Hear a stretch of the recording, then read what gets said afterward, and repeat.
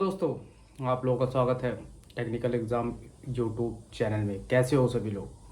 आपने देखा होगा उड़ीसा में जो ट्रेन एक्सीडेंट हुआ है और मेन फेलियर है सिग्नल एंड सिस्टम।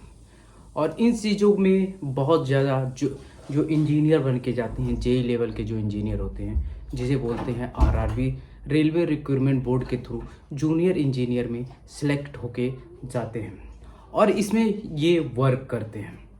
तो ये ही फॉल्ट की वजह से सब कुछ हुआ है। देखना, सिग्नल एंड सिस्टम बहुत इंपॉर्टेंट होता है। ट्रैक पे कैसे सिग्नल देना है, इन सारी चीज़ों को बहुत सारे उसमें सिविल की नीडेड होती है, जैसे civil engineer, mechanical, electrical, computer science, सारे इंजीनियर को नीडेड होती है एक रेलवेज को चलाने के लिए।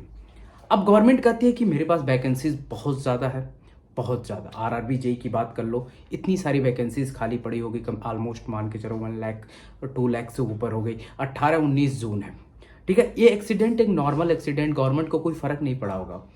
देखो, ये बहुत ज़्यादा, क्योंकि यार 300 प्लस से ऊपर डेथ हुई होगी, इससे कम नहीं होगी। और इंजरी कितने लोगों की होगी, अनकाउंटेड हो, क्योंकि 2 ट्रेन ऐसे थे कि जो पैसेंजर ट्रेन थे, बाकी एक माल गाड़ी, मतलब कह सकते हो ट्रेन है। अब इसमें कमियां जो हैं, देखो यार, आप एक प्रॉपर इंजीनियर को हायर नहीं करते हो। आप पहले नंबर उससे जीएस कराते हो, टेक्निकल फील्ड में उसको नॉलेज नहीं होता है, तो वहां से जाके वो रट रट के पास हो जाता है, बहुत दिक्कत हो जाती है, ठीक है। तो मेरा गवर्नमेंट से यही विनती है कि आप रेलवेज में देखो, रेलवेज में अच्छे इंजीनियर को हायर करो। अब देखो, आईआरएमएस लाते हो, इंडियन रेलवे मैनेजमेंट सर्विस। पहले इंजीनियरिंग सर्विस से अच्छे स्टूडेंट जाते थे, अब कमियां क्या है, आप यूपीएससी के थ्रू कर रहे हो। ये भी एक बहुत बड़ी कमी है कि यूपीएससी वाले नहीं भैया, हम यूपीएससी सिविल सर्विसेज के थ्रू करेंगे। ये भी बहुत बड़ी फॉल्ट है गवर्नमेंट की, इंडियन रेलवेज की।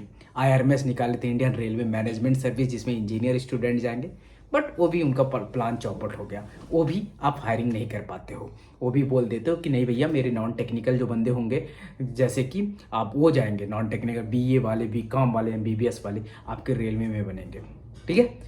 उसके बाद मैं बात करता हूँ सीनियर सेक्शन इंजीनियर।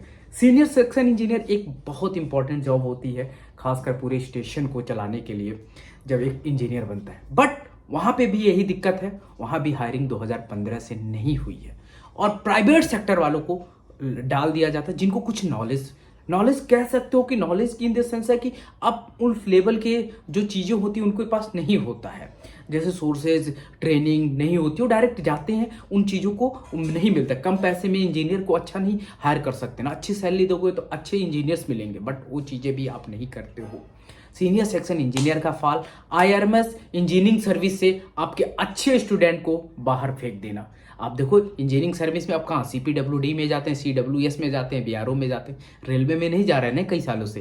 ये भी एक बड़ा फॉल्ट है। उसके बाद आरआरबी जेई की बात कर लूँ, आरआरबी जेई की तो भाई 2018 के बाद वैकेंसीज ने निकाले भी, तो इधर सुधर करके ये वो करके बहुत सारी चीज़ों को स्प्रेड कर दियो, चीज़ों को लेकर। तो भाई यहाँ पे मैं कहूँगा कि गवर्नमेंट की फॉल्ट है, और जो इंजीनियर जा रहे हैं यहाँ पे भी कुछ चीज़ों को, इंजीनियर को एक प्रॉपर ट्रेनिंग नहीं मिलता है, चीज़ों को एक बैलेंस वे में नहीं काम हो रहा है। इसीलिए आगे भी बहुत सारी चीज़ें होती रहेंगी, ऐसा नहीं है कि। मेरा मानना सबसे बड़ी गलती है इनकी यूपीएससी से, जो सीएससी होता है इंजीनियरिंग सर्विस एग्जाम, वहाँ से निकाल के सीएससी को, इंजीनियरिंग सर्विस जो रेलवेज वाली पार्ट है, वो आप यूपीएससी सिविल सर्विसेज एग्जाम में जो इंक्लूड किए, वो भी ऑल, मतलब क्या कहते हैं, सभी लोगों को लिए, वो गलत है।